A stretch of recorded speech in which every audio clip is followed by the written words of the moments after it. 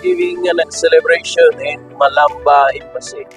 Thank you, Lord, sa safe na mga travel dito abot, and gina-welcome na ko ang tanan-tanan nga moadto to celebrate with us the goodness of the King, because He is our fortress, our rock, our foundation. So see you there, and God bless.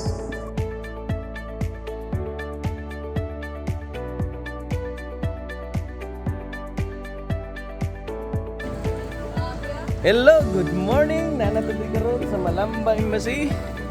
Then we celebrate the goodness of the King. At ang tanaw dito niya, diri ta magpilusog karon nara ang atong host pastor. Ato ang ambassador din sa Malamba Embassy. Good morning, pastor. Morning. Happy celebration of Thanksgiving. Oh yes, mao ni siya. So na lakas na nabot dili pa tanan. Hello, Ping. Okay. Nara din atong mga hala din ang gapita. So, oni ang ato ang theme for today.